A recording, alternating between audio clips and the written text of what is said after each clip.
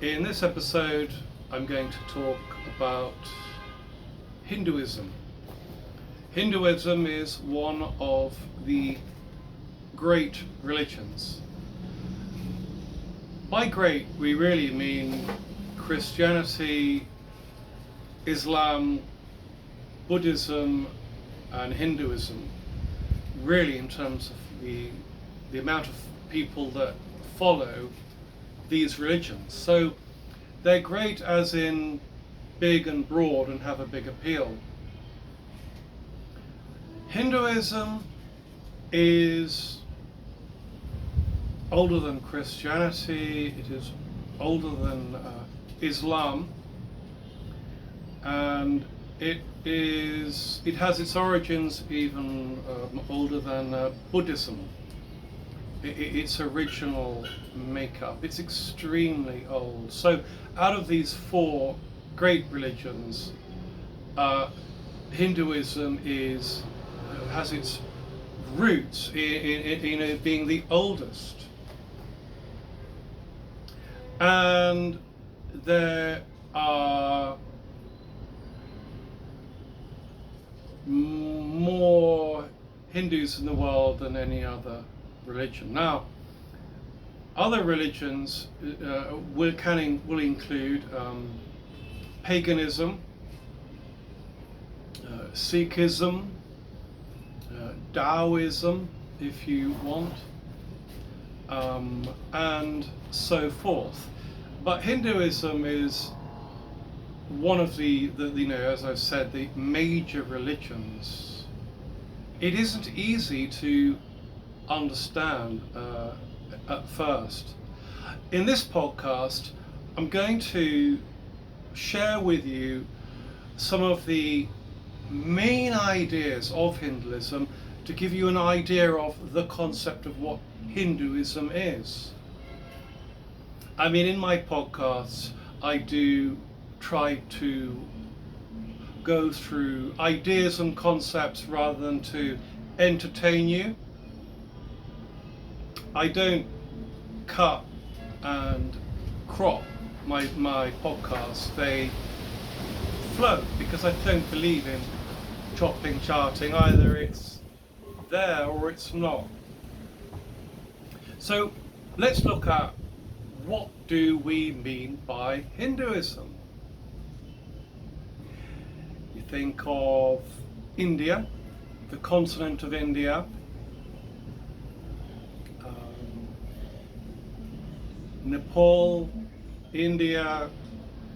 I hope you know where these places are. And it is the main religion of India and Nepal. So when we think of Hinduism, what comes to your mind? Do you have any notion of what Hinduism is? What would you put forward as Hinduism? Now, some of you might say, well, all these millions of gods, a god that looks like an elephant, Ganesha, as he's commonly known, and you may think of the meditative yogic Shiva. You may have heard of the Vishnu, Durga, Parvati, Kali, all these names. Now, these are Hindu deities, and visually they're very impactful. They are dramatic, and some of them are loving and caring, and Krishna, of course, being a manifestation or an aspect of Vishnu. All these deities and temples, and then with Hinduism you may also recall that there are these sages, these holy men, these people that are with long hair, and sometimes they have the begging bowl, and as they're called, the ascetics, the the yogis, and they have no deities at all. They have their fire, their thing, and you may have seen some photographs of these Hindu holy men, as they're called. You may want to call them sages or Brahmans, but clearly these are nothing to do with any of these deities, you see. So it's interesting that one part of Hinduism involves these visually deities such as Shiva, Ganesha, Brahma, and others have no deities involved at all. We go from what they called a saguna, which means a form of visual identification with a god, and niguna, which means without any physical form, and so complicated. So we've got kind of like a conceptually objective idea of these deities, and then the other form of Hinduism is totally abstract and formless. It's about breathing and meditation and consciousness, and have the mind and being free from material objective reality and transcending into a union with universal consciousness, but in their case it tends to be with the ourself, with Brahman, with nothing else in between. So Hinduism. I'm now going to sketch you, if I haven't confused you, I'm going to sketch out the basic groundwork of Hinduism relating to these deities that I've described. Hinduism refers to the Hindus, and the word Hindu was given to them by the Persians, by the people that live in around Iran and then also parts of Iraq.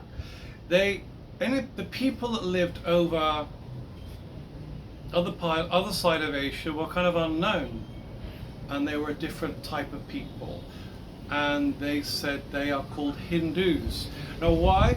Because there was a giant river, and still some of it is still there, called the Sindhu, and this was a giant river. And in the old days, a river often divided to peoples. It was a division. A river was a division, a land division. And of course, there's no internet, television, and stuff. So a river formed a visual barrier, like a mountain range. But the people from Persia, they called the people that live on that side of the river, they called them, of the Sindhu River, they called the Hindus, the people that lived around this river called the Sindhu. So the word Hindu was a name that was given to these people, what we come to know today as the Indians. Indians, Sindhu, Hindu, it's all the same root of the word. The people living to the east and around this river called the Sindhu, Indus Valley. So the people of India don't call themselves Hindus. It's like they have been called the name, but they don't call themselves that name. They refer to their religion as Sanatana Dharma. Not Santana, but Sanatana Dharma, which means the eternal way, the eternal condition, the internal path I'll explain later, the word Dharma is a very difficult term to understand, but it is understandable, I should say.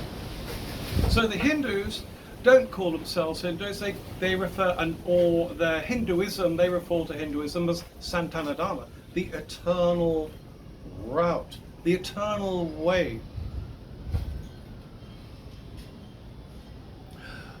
A fundamental idea of Hinduism is that we have a self called Atman, is the Sanskrit term, if you want, the Hindu term for self, the self, is called the Atman. And when we are born, our Atman has a physical body, we're surrounded by, excuse the noise, physical objects, and we live within a world of existence, of phenomenal form. By existence, I mean a reality, an objective reality. So Hinduism puts forward, maintains, believes that there is also a universal force called Brahman. And Hinduism is about allowing ourselves to connect with Brahman. Brahman, think of Brahman as a universal God, but without form, formless. So immeasurable, atemporal without time, aspatial without place, omniscient, omnipresent. You see, so the idea is that we can connect ourself to Brahman, Brahman with an N, Brahman, the eternal force. It's fundamental to Hinduism, how we connect to Brahman. It's not the most interesting, but we need to, when we approach Hinduism, look at where it's come from. You know, say Christianity, we would say, well, Christianity comes from Jesus Christ. Islam, we would track back to Muhammad. But in Hinduism, we need to go back to 1,600, 1,500 BC, or before the Common Era. So we're now, the 20th century. So that's 3,500 years ago. In this region I've described called the Indus Valley, which is basically what separates, it's in like Pakistan and India, the border around there is roughly where the Sindhu River was or is. So they have these sacred books called the Vedas. It's very windy. They have these books called the Vedas. And the Vedas began to be written down 3,500 years ago. And they were believed to be divinely inspired by holy people that wrote them down. Traditionally, there are 4 of these sacred books that Hinduism today, a part of it, refers to.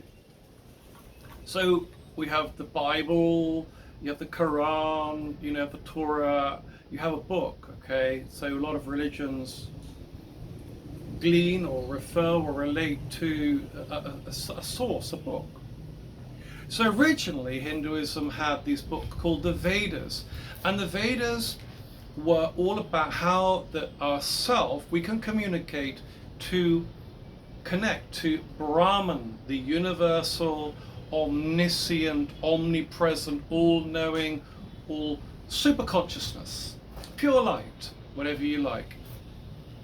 And then what they had was these deities like Indra, Shiva, no, Indra, Vishnu, Agni, Vayu, the wind, Usha, the dawn. They had all these deities, but these deities, importantly, are perceived to be manifestations of this Brahman. They are, if you like, parts of Brahman. You know, so if I have a statue here, you know, you've got a head, you've got feet, you've got arms, you've got a chest, you have a back, you know, but they're all kind of aspects of the one figure. So all the deities are aspects of Brahman. Now, a complicated term, write it down. Unfortunately, on my channel, we're actually looking at concepts and ideas. So I'm not here to always entertain you. So in this type of having one universal force, which doesn't have a form, called Brahman, aspects of Brahman of these deities, Vishnu, Kali, Shiva, Durga, you know, Ganesha, they're all aspects of it. So it's called monistic theism. Monistic means there's like Brahman, and theism means these are aspects of Brahman. Can you get that? They're just aspects, they're characters, they are, if you like, you know the word avatars, they're like manifestations of his character. So in his destructive aspect, you know, or his, you know, or his degeneration form, you have the Shiva. In his creative and creative force, you have the Brahman, and in the preservation and the orientation, the order, and the tranquility, and that kind of field, you have Vishnu. So what the Vedas, in the time of the Vedas, there are 4 basic Vedas. I won't go through them all. You know, the Rig Veda, the Yaga Veda, the Sama Veda, and the Arthur Veda, they just have, right? But the first one was more about ritual, you know, how to do ritual, and how to, you know, make offerings, to make sacrifices to Brahman, or to these aspects of Brahman. So with fire, you know, there would be animal sacrifices, there would be offerings of ghee, you know, sacred butter, of fruit, of things, of water, to offerings, you know, as a form of offering to, up to Brahman, offering up to. And so the second Veda was again looking at the rituals and the hymns, and it turned these hymns and rituals into kind of a song and chant, mantra, you know, sacred texts of words that were more sung. And then another Veda of these books looked at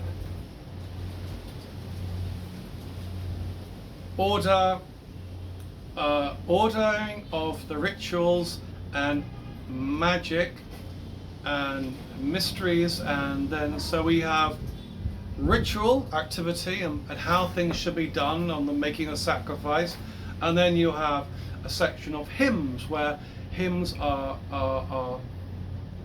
chanted, and then when another one, their hymns are sung, and then you have all this magic, but it's all related to these sacred words and ways of connecting with Brahman. But we still have ourselves here, and we're kind of intermediary forces of these deities, these parts of this Brahman.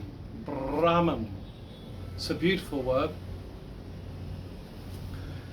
Now, what happened around 1,000 years later, we're still a long way back, okay, is that we're still trying to connect ourselves to Brahman. What happened was that at the end of the Veda, with the Vedanta, or the end of the Veda, There was a period after the Veda where the idea of Hinduism evolved. Hinduism evolved. How did it evolve? I'm short of breath here. It's complicated.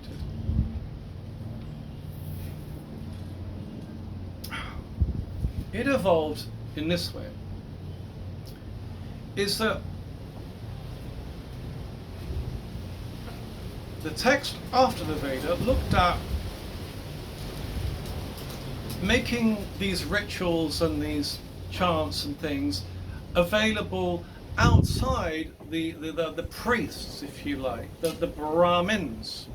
It looked at being able to make these songs and chants and adorations, if you want, in your own home. But it also looked at putting an order on society. So as you know, Hinduism has traditionally the Brahmin caste, the warrior caste, the Kshatriya caste. Then it has the Varna, the people that involved in building things, construction, making tools, making things, making implements, the kind of that class.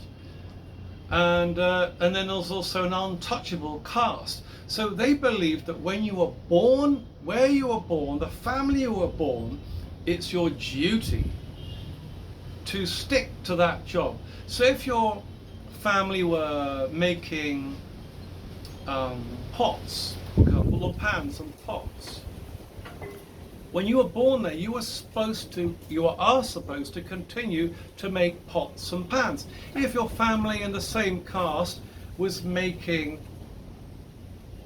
swords, weapons, knives, forks, when you were born there, you were supposed to keep your karma, and you were not supposed to look to become something else. You're not supposed to become a warrior. You're not supposed to become a priest. Now, if you were born an untouchable in the caste which has no caste, you're supposed to stay there. And you're supposed to do jobs such as cleaning out bathrooms, lavatories, cleaning out the worst jobs that you can imagine.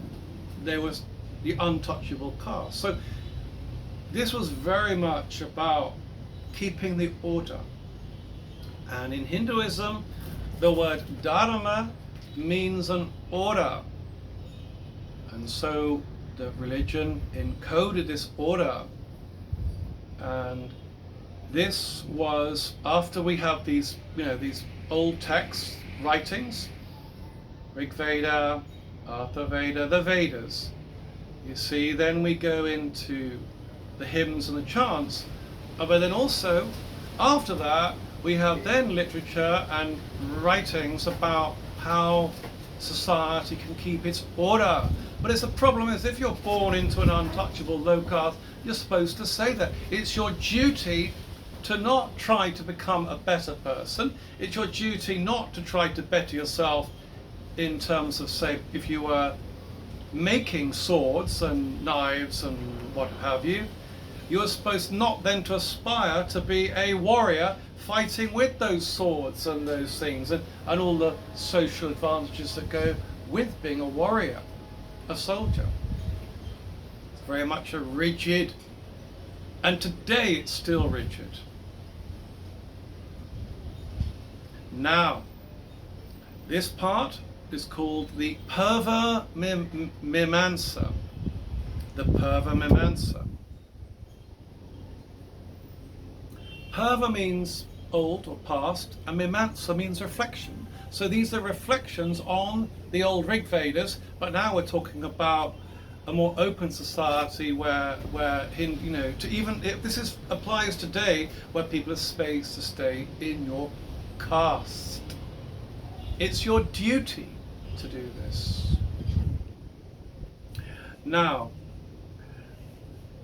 this idea of duty, I need to refer, it's so complex, just for 1 second. I don't like to do it, but I got to just reflect onto something. Excuse me.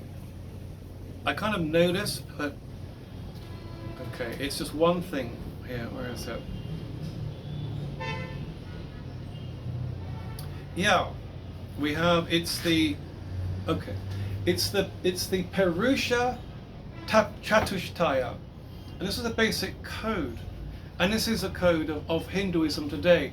The Purushartha Chatushtaya, Chata means four, are four basic ideas that Hindus work on today. And then one is Artha. Okay, and Artha means it's your duty and your responsibility to make money and to be successful and to achieve.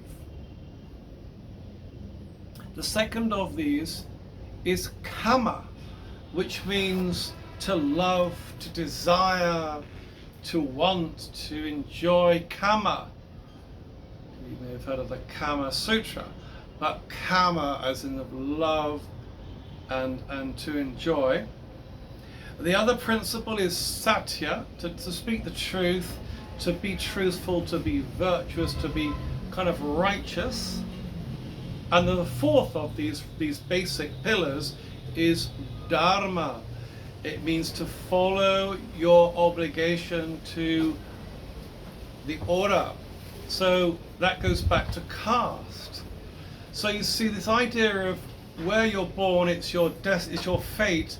You can't change your fate. Is embedded in Hinduism, for the good or for the worse. So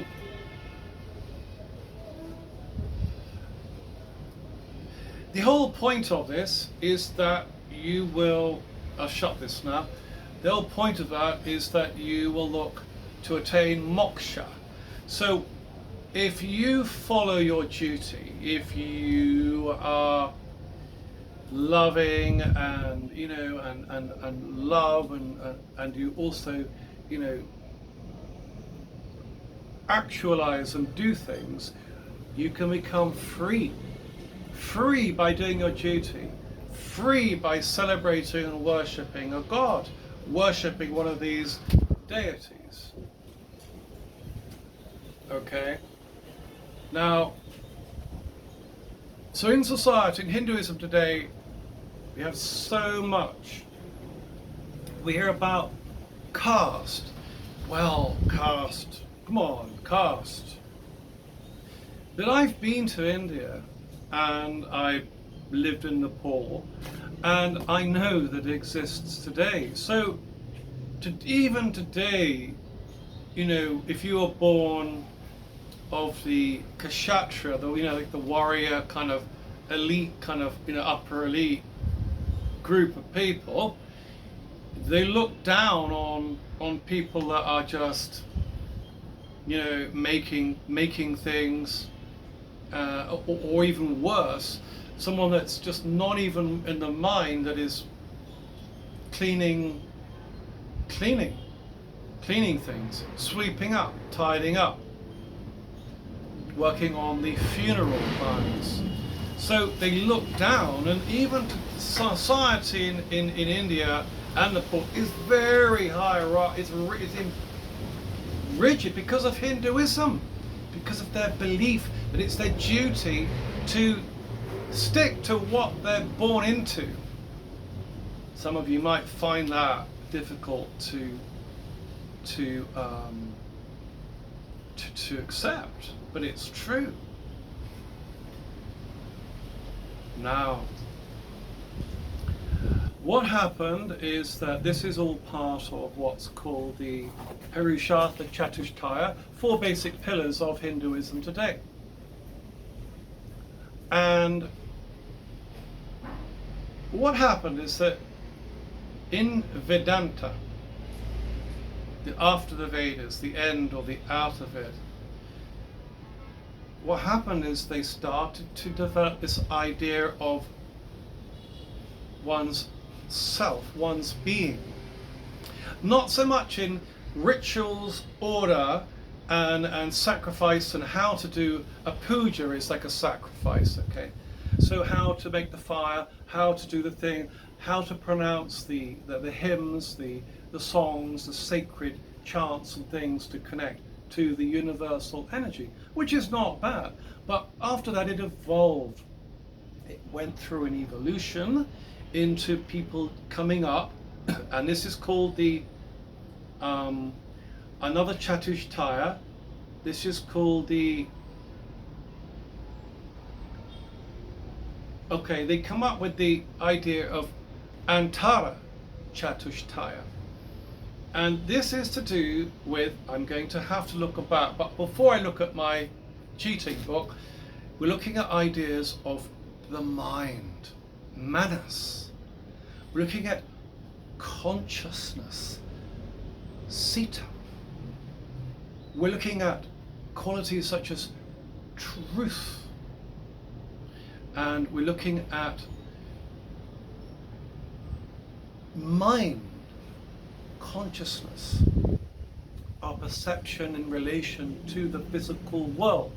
So this as a way to connect our self to the universal Brahman.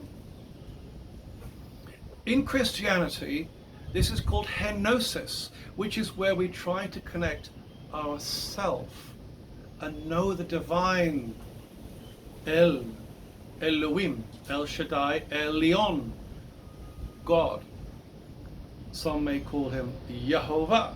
But how we connect ourselves to the universal, divine, omnipresent, omniscient, aspatial, atemporal, ephemeral, luminous, divine God in his brilliance. This is called henosis, about trying to connect ourselves to God. You see, so with Atman, now we're talking about how we connect ourselves through awakening our consciousness by looking at our mind. Rather than just making sacrifices and fires and singing hymns, we're getting into and internalizing our faith. I've got to look at the book. I made this. It's quite pretty. You see, I made this like book. Really windy here. What have I missed? Very shall we? I've missed. Boring. Embarrassing. One day I'll do a podcast without my little. Jeez. Yes, the Antara, as I got it, Antara Chatushtaya, got it. We have also Manas, Chitta, Buddhi. Buddhi, not Buddhism, we're talking about Buddhi, which means the intellect, the ability to discern things, perceptual awareness. And then we have Ahankara, the I maker. I touched on that.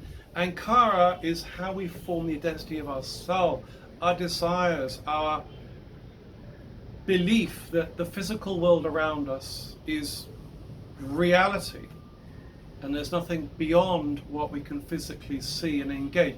Very much a central idea in Buddhism, very much, and Jainism, central, you know. So the Ahankara means the I maker. So we have a self and our ego. Ego in Latin is Latin for I. So the I maker is how we build a perception of ourself. It's complicated. How we build a mirror or how we relate to the world around us by forming our individual identity. It's complicated, I know. So the I maker, we believe that the world is Maya. It's an illusion. It's a matrix. So, you know, I become obsessed with my clothes, with my food, with my ego. I become maybe, for example, greedy, anxious, selfish, intolerant, impatient,